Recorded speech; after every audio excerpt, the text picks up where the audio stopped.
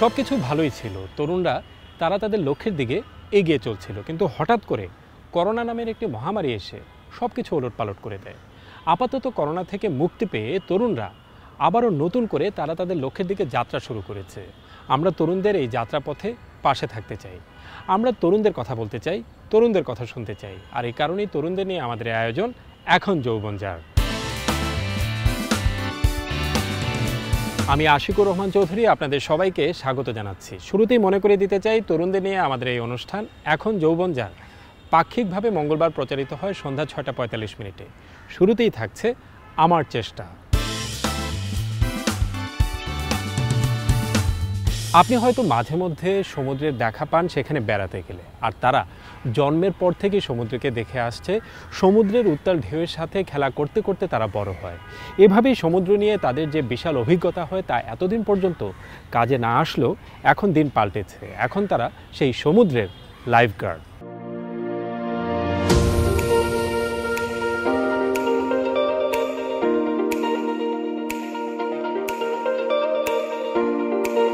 কক্সবাজারে সার্ফিংয়ের প্রচলন শুরু হওয়ার পর থেকে রীতিমতো নেশা পেয়ে বসে খেলাটি নিয়ে।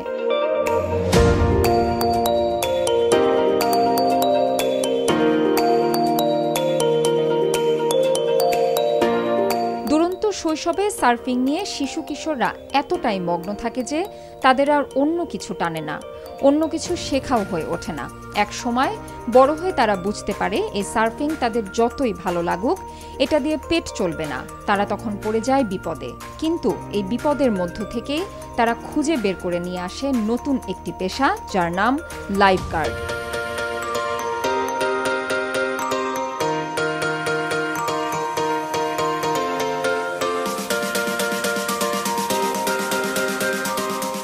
শৈশবের সার্ফিং থেকে সাগরের ব্যাপারে তাদের যে দুঃসাহসিক অভিজ্ঞতা হয় সেটা দিয়েই তারা আজ লাইফগার্ড হয়ে বিপদে পড়া পর্যটকদের উদ্ধার করছেন প্রতিনিয়ত।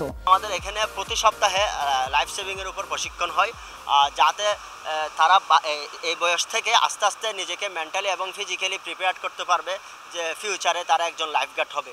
কারণ বাংলাদেশে বিশ্বের সবচেয়ে বড় সমুদ্র সৈকত এবং এখানে লক্ষ লক্ষ ট্যুরিস্ট একসাথে গোসল করে। সো আমাদের এই ট্যুরিস্টের তুলনায় আমরা যারা সেফ দেই, এখানে যারা কর্তব্যরত লাইফগার্ড আছে তাদের সংখ্যা খুবই কম।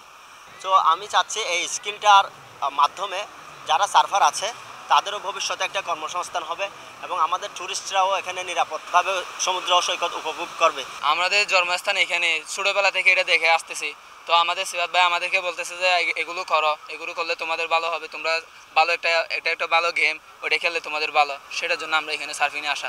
আমরা যখন প্রাপ্তবয়স্ক হব তখন কি আমাদের একটা জব দেওয়া হবে লাইফগার্ডে, ওইখানে আমরা জব করতে পারি।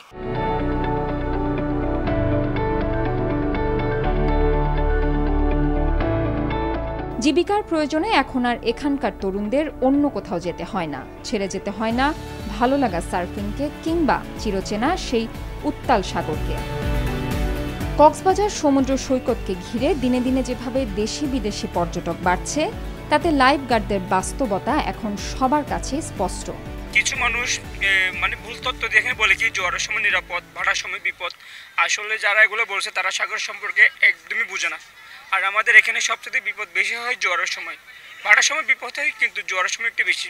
কারণ এই ভাটার সময় আমাদের বিচে দেখতে পারবেন কিছু গর্ত আছে, যেগুলো আপনার এই ভাটার সময় চিহ্নিত করা যায়, যে গর্তগুলো জোয়ার আসলে গর্তগুলো দেখা যায় না। তখন মানুষ বুঝে না যে জোয়ারের সময় এখানে গর্ত আছে। যখন পানিতে নামে, সামনে যখন চলে যায় দেখে পানি হাঁটু সমান, আর একটু যদি সামনে যায় দেখি কি পানি নিচে বালি নাই, ঠাস করে ডুবে যায়। কিছু জায়গায় আপনার গুপ্তকাল আছে অনেক বড় বড়, আর এরা যদি লাইফগার্ডের সাথে কমিউনিকেশন করে আমরা ওদেরকে দেখাই দিতে পারবো কোন জায়গায় গোসল করে নিরাপদ, কোন জায়গায় গোসল করা বিপজ্জনক, এগুলো আমরা তাদেরকে দেখাই দিতে পারবো।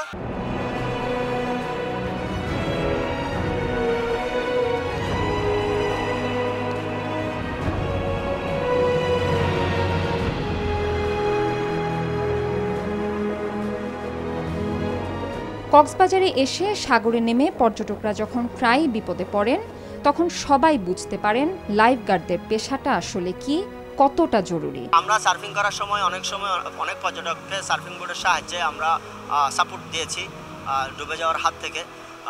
সো এরকম সংখ্যা অনেক আছে। পাশাপাশি যারা বিচে লাইফগার্ড হিসেবে কর্মরত আছে তাদেরও সবসময় অবজারভেশন থাকে।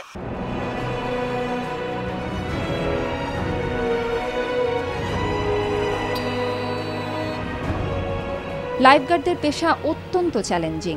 তাদের পেশার মূল কথা নিজের জীবনের ঝুঁকি নিয়ে হলেও অন্যের জীবনকে বাঁচাতে হবে, যেটা লাইফগার্ডরা ছাড়া আর কারো পক্ষে সম্ভব নয়। ছোটবেলায় সার্ফিংয়ের কল্যাণে লাইফগার্ডরাই একমাত্র জানেন উত্তাল সাগরের ভয়ঙ্কর ঘূর্ণিঢেউয়ের মাঝে কিভাবে টিকে থাকতে হয়। লাইফগার্ড জীবন এমন জীবন যা লাইফ রিস্ক নিয়ে করতে হয় সবসময়। যে একজন মানুষ ডুবে গেলে তাকে যখন উদ্ধার করতে যাব সেখানে আমার লাইফের রিস্ক অবশ্যই থাকবে। তো আমরা ওইগুলো দেখে শুনে আমরা এখানে লাইফগার্ড করতে আসছি, কারণ লাইফগার্ড এমন জিনিস যে কেউ করতে পারে না, মানব সহ যে কেউ করতে পারে না। আমরা কাজ করছি মূলত হচ্ছে সুগন্ধা, লাবণী এবং কলাতলি পয়েন্ট, তিনটা পিছিয়ে কাজ করি। আসলে তাছাড়া আমাদের অনেক পয়েন্ট আছে, যেমন দরিয়ানগর, কিন্তু অনেক আমরা অনেক সময় দেখি মানুষ ওখানে নামে, তারপরে হচ্ছে ইনারি পয়েন্টও নামে। ওখানে কিন্তু অনেক মানুষ বিপদে পড়ে এবং অনেকজন মারাও গেছে। ওই পয়েন্টে যদি লাইফগার্ড থাকতো তাহলে ওখানে বিপদে পড়ার সম্ভাবনা কমে যেত।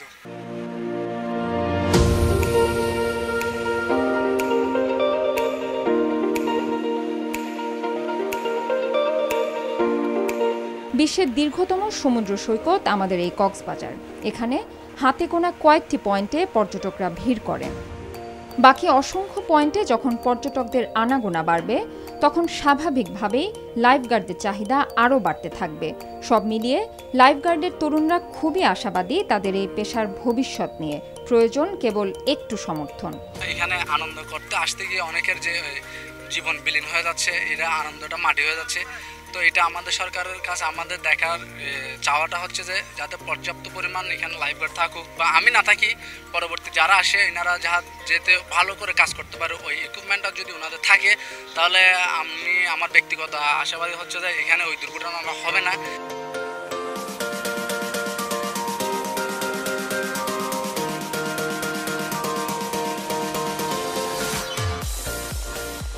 আমরা চাইব বিশ্বের অন্যান্য দেশের মতো বাংলাদেশেও লাইফগার্ডের মতো একটি চ্যালেঞ্জিং পেশা এগিয়ে যাক, যার মধ্য দিয়ে সাগর তীরে তরুণদের কাজের বিশাল সুযোগ তৈরি হতে পারে।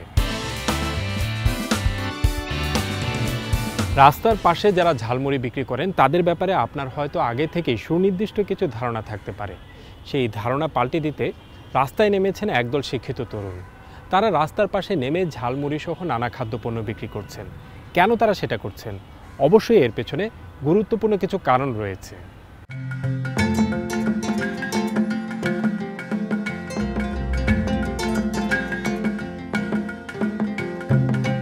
রাজধানীর যাত্রাবাড়ি এলাকায় রাস্তার পাশে একদল শিক্ষার্থী ঝালমুড়ি বিক্রি করছেন।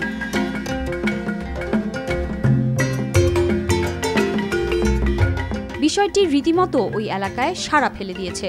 শুধু ওই এলাকাতেই নয়, শিক্ষিত এই তরুণ তরুণীরা যে এলাকাতেই রাস্তার পাশে দাঁড়িয়ে ঝালমুড়ি বিক্রি করেন সেখানেই বিস্ময়ের সৃষ্টি হয়।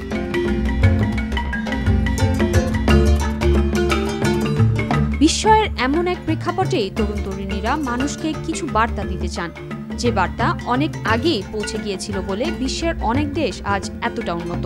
আমাদের সমাজে অনেকে আমাদের মধ্যে একটা ইগনোর কাজ করে যে আমি ঝালমুড়ি বিক্রি করব, তারপর আবার একটা স্টলের মধ্যে দাঁড়িয়ে, রুটের মধ্যে দাঁড়িয়ে। আসলে এইগুলা আমাদের কোনো বিষয় না, কারণ আমরা কাজ করতে পারি। কাজ আল্লাহ রাসূল করছেন, আসলে কাজ করা ভালো।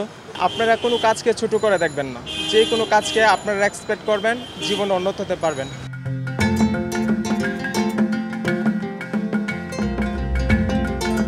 যারা ঝালমুড়ি বিক্রি করছেন তাদের কেউ কলেজে পড়ছেন, আবার কেউ বিশ্ববিদ্যালয়ে পড়ছেন। তাদের মধ্যে সংখ্যায় নারীরাই বেশি। যেহেতু আমার এই কাজটা করতে, এই সংগঠনের সাথে থাকতে কোনো লজ্জাবোধ হচ্ছে না, আশা করি এই প্রজন্মের তরুণ তরুণীদের কোনো লজ্জাবোধ আসবে না এই কাজের ক্ষেত্রে। এটা শুধু একটা রোড স্টল না, বা বাইরে দাঁড়িয়ে কোনো মুড়ি বিক্রি করছেন সেটা না। এটা দেশের ভবিষ্যৎ, যদি আপনি এটাকে আরও এগিয়ে নিয়ে যেতে পারেন। তরুণরা যে কেবল ওই কাজের প্রতি সম্মান দেখাচ্ছেন তা নয়, পাশাপাশি ঝালমুড়ি ব্যবসাকেও তারা বহুদূর এগিয়ে নিচ্ছেন বিশেষ একটি শক্তি দিয়ে, আর সেটি হলো ভেজাল মুক্ত খাবার নিশ্চিত করা। আমি এখানে কাজ করতেছি মেয়ে হিসেবে, বা মুড়ি বিক্রি করতেছি, এটার জন্য আমার কোনো লজ্জাবোধ নেই। আমার কাছে ভালো লাগে, কারণ আমি মনে করি যে আমি মানুষকে নিরাপদ খানা প্রদান করতেছি, এবং আমি মেয়ে হিসেবে একটা কাজ করতেছি। এটাও কোনো ইয়া না, ভালো লাগে, আমার কাজ করতে ভালো লাগে। আমি মনে করি যে উদ্যোক্তাটা খুবই ভালো। আরও যারা আছে ছাত্রছাত্রী, ইচ্ছে করলেই আমরা এটা করতে পারি সবাই। রাস্তার পাশে দাঁড়িয়ে শিক্ষিত তরুণদের ঝালমুড়ি বিক্রি করার এমন ভিন্নধর্মী কনসেপ্টটি এসেছে জাপান প্রবাসী একজন মুসার কাছ থেকে, যিনি দীর্ঘদিন জাপানে থেকে বুঝতে পেরেছেন কথা দিয়ে নয়, সমাজ বদলাতে পারে কাজ দিয়ে। আমার এই কনসেপ্টটা হলো যে 1 বছরের ভিতরে আমি 5000 স্টল নির্মাণ করব পুরো ঢাকা সিটির ভিতরে। তাহলে 5000 স্টল যদি নির্মাণ করি আমি, 5000 ছেলেমেয়েরা কাজ পাচ্ছে ফ্রন্টে, আর 5000 ছেলেমেয়ে কাজ পাচ্ছে ব্যাকে। এই 10,000 লোকের কর্মসংস্থান করার লক্ষ্য নিয়ে আমি মাঠে নামছি। আমার কাছে যত অর্থ ছিল সম্পূর্ণ আমি এটার পিছনে ব্যয় করছি। আমার সময় অর্থ আমি এটার পিছনে, আমার আর কোনো কাজ নেই, আমি শুধু এই কনসেপ্ট নিয়েই আছি। আমার এখন পারিবারিক বিষয়টা চলে আসতেছে। আমার পরিবার জাপান সেটে, আমার ওয়াইফ, আমার ছোটো মেয়ে, ওরা সব জাপানে থাকে, আমিও চলে যাব। এই 2 বছরের ভিতরে আমি এই প্রজেক্টটাকে এস্টাবলিশ করে যাব। এরপর পরে নেতৃত্ব যা দেওয়ার এখানকার মানুষই দিবে। ভিন্নধর্মী এই উদ্যোগটির নাম দেয়া হয়েছে জাগো মানুষ। এখানে 2টি বিষয় জাগিয়ে তোলার কথা বলা হয়েছে। প্রথমত, প্রতিটি মানুষের নিজস্ব প্রতিভা, দ্বিতীয়ত তার বিবেক। আমাদের যুব সমাজকে আগে গড়ে তুলতে হবে প্রত্যেকটা ক্ষেত্রে, যে বেকার থাকা যাবে না। কর্ম কখনো ছোট না, রাস্তা দাঁড়ায় কর্ম করেন বা আপনি 5 স্টার হোটেলে বসে কর্ম করেন, কর্ম ছোট না, কর্ম করলে আপনি আগাবেন। এই কর্মের ভিতরে নিয়ে আসা, এই সমালোচনা, এই আলোচনা, এটা থেকে বের হয়ে আসে কাজ করুন। প্রত্যেকটা মানুষ তার ভিতরে কিছু না কিছু ক্ষমতা আছে কাজ করার, আমি এটা বিশ্বাস করি, সেটাকে জাগায় তোলা।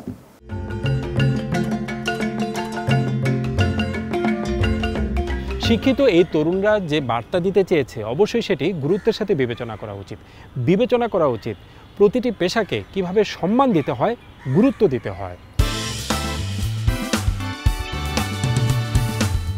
বাংলাদেশের ব্যান্ড সঙ্গীত যখন নানা সংকটের মধ্য দিয়ে যাচ্ছে, তখন যুক্তরাষ্ট্রে একদল তরুণ তাদের বাংলা ব্যান্ড দিয়ে সেখানে প্রবাসীদেরকে মাতিয়ে রেখেছেন।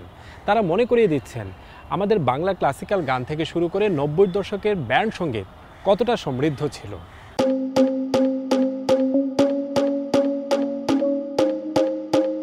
Los Angeles.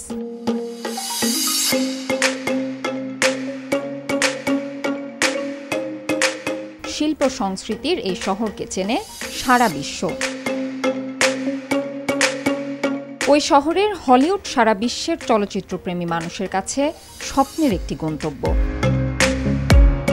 সারা বিশ্বের শিল্প সংস্কৃতির চর্চা শহরটিতে থাকলেও বাংলা সংস্কৃতি এখানে তেমন একটা পরিচিতি পায় না, পাবেই বা কিভাবে? সবাই তো কাজ নিয়ে ভীষণ ব্যস্ত। তবে ভালো লাগা যেখানে আছে সেখানে কোনো কিছুই অসম্ভব নয়। ভালো লাগা আছে বলেই নিজেদের কাজের ব্যস্ততার মাঝেও লস অ্যাঞ্জেলেসে নোবেল ও তার বন্ধুরা একটি বাংলা ব্যান্ড গঠন করেছেন। সেই ব্যান্ড দিয়ে কাজের ফাঁকে পুরোটা সময় তারা মেতে থাকেন বাংলা গানের চর্চায়।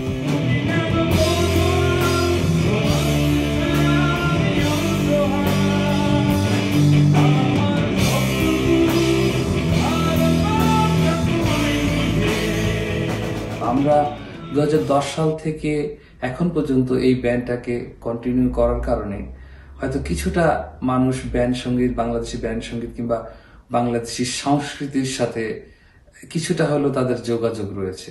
আমি বলবো না যে বাংলাদেশের সাংস্কৃতিক চর্চা আর কোথাও হয় না, অনেক হয়, এবং বাংলাদেশের যে মূল সাংস্কৃতিক চর্চা সেটাও হয় এখানে।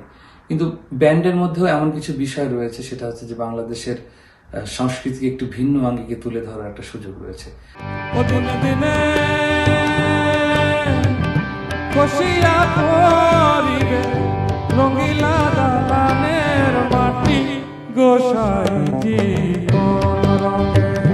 ফ্রিডম এজ ব্যান্ডের মাধ্যমে নোবেল ও তার বন্ধুরা 10 বছরেরও বেশি সময় ধরে যুক্তরাষ্ট্রে একের পর এক রাজ্য জয় করে যাচ্ছেন বাংলা গান দিয়ে। আমার সোনার বাংলা, আমি তোমায় ভালোবাসি। বাংলা গান এখানে অনেক পপুলার, সবাই পছন্দ করে। স্পেশালি আমাদের ব্যান্ডে একটা আমেরিকান গিটার ছিল, এন্ড ও হি টু লাভ ইট। হ্যাঁ, আর অনেক বিদেশিরা পছন্দ করে। আমরা যখন শো করি ওখানে নানা রকম লোক থাকে, বিদেশি থাকে, দে লাভ ইট। 10 বছর আগে আমরা we did a show in lake টাহো, Nevada. এবং আমরা এখান থেকে সবাই গেলাম, শো করলাম, but the response we got, it was unbelievable. The whole experience was just amazing because after 11 hours of journey, we did a great show and সবাই আমাদেরকে না ওয়েলকাম করছে এবং we loved it. তুমিও তো বেশ আছো, ভালোই আছো, কবিতায় পড়া সেই বনলতা সেন হায়, জীবন আনন্দ হয়ে সংসারে আজও আমি। ব্যস্ততায় কিংবা সময়ের সাথে সাথে ভুলতে থাকা বাংলা গান, সংস্কৃতি, ফ্রিডমেজের সুরের মূর্ছনায় আবারও মনে পড়ে যায়। দর্শক শ্রোতারাও তখন বুঝে যান বাংলাতেই মিশে আছে তাদের আসল ভালোবাসা। সখী ভাবনা কাহারে বলে, সখী যাতনা কাহারে বলে, তোমরা যে বলো দিবস রজনী, ভালোবাসা ভালোবাসা, সখী ভালোবাসা কারে কয়, সে কি কেবলই যাতনা। ইচ্ছা আছে যে আমরা আগামীতে ইংরেজি গান, ইংলিশ গান, যেটা মেইন স্ট্রিম সংস, এখানে সেই মেইন স্ট্রিম সংস যেগুলি আছে সেগুলো করার চেষ্টা করব। কারণ হচ্ছে যে এখানে আমরা হলিউডে যেখানে মানে সঙ্গীতের মূল জায়গা বলা যায় আর কি, তো সেখানে হলিউডের মতো একটা জায়গায় যদি আমরা বাংলাদেশি ব্যান্ড হিসেবে আমরা বাংলা গান সেই সাথে ইংলিশ গান গাইতে পারি এবং ইংলিশ গান বাংলা গানের রেকর্ড বের করতে পারি, তাহলে সেটা হয়তো নিঃসন্দেহে খুব ভালো হবে। সেটা হয়তো আমাদের বাংলাদেশি সংস্কৃতিকে এবং বাংলাদেশকে বিশ্বের দরবারে পরিচিত করে তুলবে। ঘুম ভাঙা শহরে মায়াবী সন্ধ্যা, চাঁদ জাগা এক রাতে,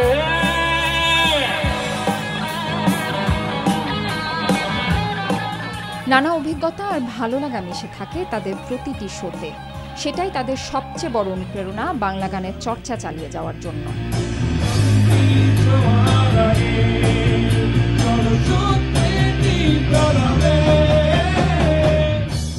আমরা চাই এই বাংলা ব্যান্ড বহুদূর এগিয়ে যাক, তাদের এগিয়ে যাওয়ার মধ্য দিয়ে সারা বিশ্বে বাংলা গান বেঁচে থাকুক প্রবাসীদের মধ্যে। মন কি যে চায় বলো, যারে দেখি লাগে ভালো, অত্যন্ত জনপ্রিয় এই গানের কথায় কিছু বাস্তবতা তুলে ধরা হয়েছে, যেখানে দেখা যাচ্ছে একজন মানুষ যখন তখন বারবার প্রেমে পড়ছেন। এই বারবার প্রেমে পড়ার বিষয়টি খুব কি কাজের কথা? না, মানসিক স্বাস্থ্য বিশেষজ্ঞরা বলছেন এটি এক ধরনের মানসিক জটিলতার কথা। সুপ্রিয় দর্শক, সবাইকে স্বাগতম।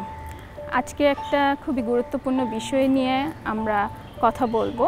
আসলে আজকের টপিকটা বেছে নেওয়ার কারণ হচ্ছে আমাদের কাছে যে কেসগুলো আসছে ইদানিং, তাতে আমরা দেখতে পাচ্ছি যে সম্পর্কগুলো স্থায়ী হচ্ছে না। সম্পর্কগুলো সঙ্গী পরিবর্তন হচ্ছে ভীষণভাবে এবং তার থেকে দেখা যাচ্ছে ফ্রাস্ট্রেশন, সুইসাইডাল টেন্ডেন্সি, এগুলো থেকেই আমাদের কাছে আসছে। এটি আসলে তার একটি মানসিক সমস্যা, যেটার কারণে সে একটি সম্পর্কে বেশি দিন থাকতে পারছে না। এজন্য কিছুদিন পরে তার মন চেঞ্জ হচ্ছে, তার মত চেঞ্জ হচ্ছে, একজনকে ভালো লাগছে না, সে আরেকজনের কাছে চলে যাচ্ছে এবং সিদ্ধান্তহীনতায় ভুগছে। এইভাবে সে একসাথে অনেকগুলো সম্পর্কে জড়িয়ে যাচ্ছে। এমন একটি পেশেন্টই আমরা কিছুদিন আগে পেয়েছিলাম, যার একাধারে 17টা রিলেশনশিপ ছিল বিভিন্ন ছেলের সাথে, কিন্তু কারোর সাথে সে স্টেবল রিলেশনশিপে ছিল না।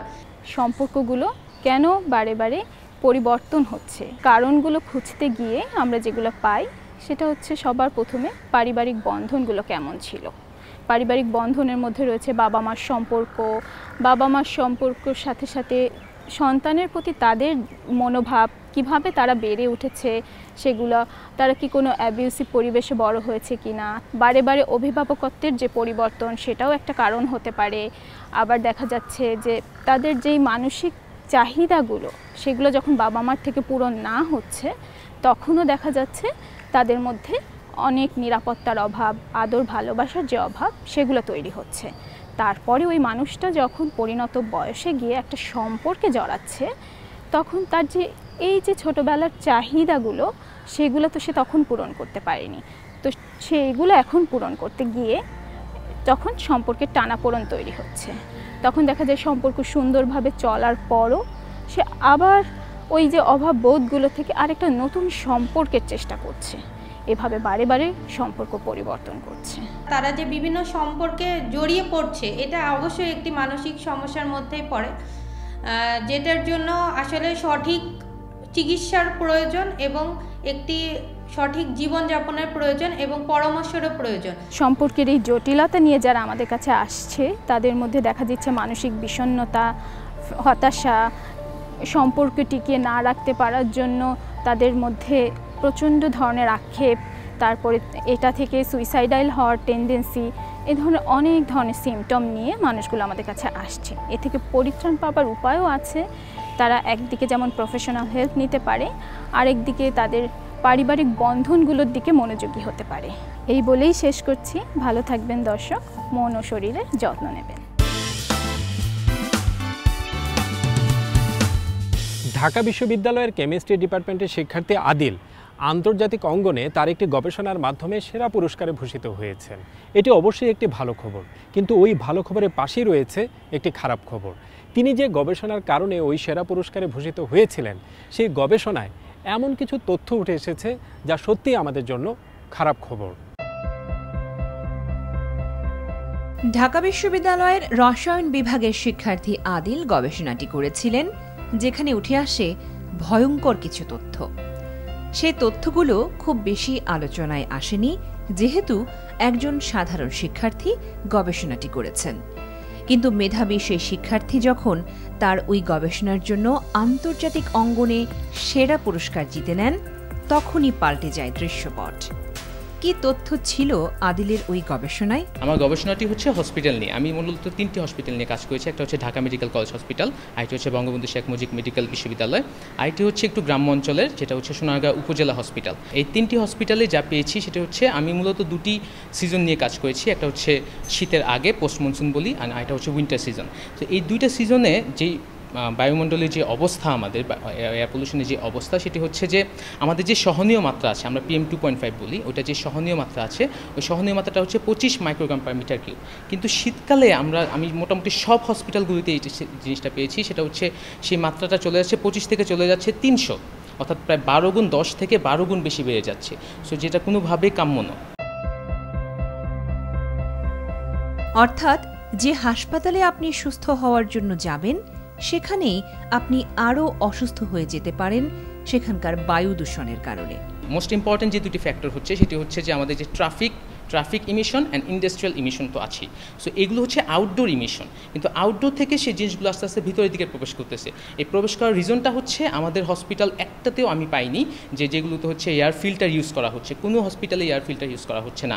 তো এয়ার ফিল্টার ইউজ করা না করার কারণে আউটডোরের পলিউশনটা আস্তে আস্তে ভিতরে প্রবেশ করতেছে। তো হসপিটালগুলোতে এমনিতেই আমরা যখন অসুস্থ হই তখন যাই, দেখা যাচ্ছে যে বায়ুমণ্ডলে যে এই অবস্থার কারণে, এত বেশি এয়ার পলিউশনের কারণে ওই হসপিটালের ভিতরেই যদি এত অবস্থা হয়, তাহলে আমাদের যে আগে থেকে যে রোগ, ওই রোগ পরিমাণটা আরও অনেক বেশি বেড়ে যাবে। ইন্টারন্যাশনাল গ্লোবাল অ্যাটমসফেরিক কেমিস্ট্রির সায়েন্টিফিক কনফারেন্সে এশিয়া এবং অস্ট্রেলিয়া মহাদেশ থেকে মোট 40 জন প্রতিযোগী তাদের গবেষণা উপস্থাপন করে। তার মধ্যে সেরা হিসেবে পুরস্কৃত হয় আদিলের গবেষণা। আদিলের শিক্ষক বলছেন, সুযোগ পেলেই মেধাবী শিক্ষার্থীরা আন্তর্জাতিক অঙ্গনে নিজেদের মেধার প্রমাণ রাখছেন।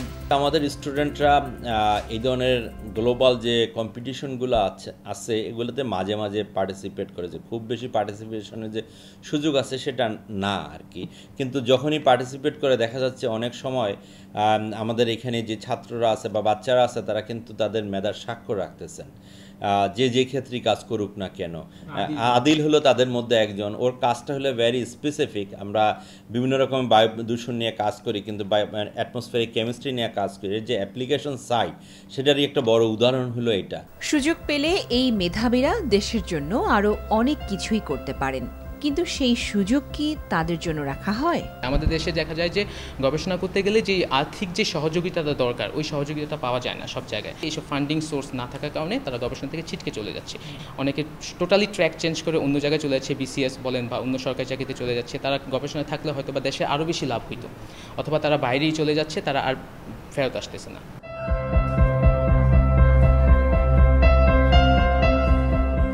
বাংলাদেশ এবং ভারত দুই দেশের প্রধানমন্ত্রী যৌথভাবে খুলনায় একটি কারিগরি বিষয়ক ইনস্টিটিউট উদ্বোধন করেছিলেন। সেই ইনস্টিটিউটটি এখন কেমন চলছে চলুন সেখানকার ক্যাম্পাস থেকে ঘুরে আসি।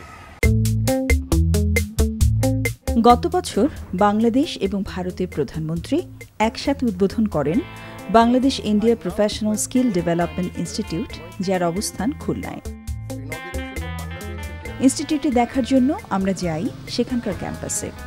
প্রথম দেখাতেই মনে হলো এটি বাংলাদেশ ভারতের এমন একটি প্রয়াস যেখানে সত্যিকার অর্থে তরুণরা সরাসরি উপকৃত হচ্ছে।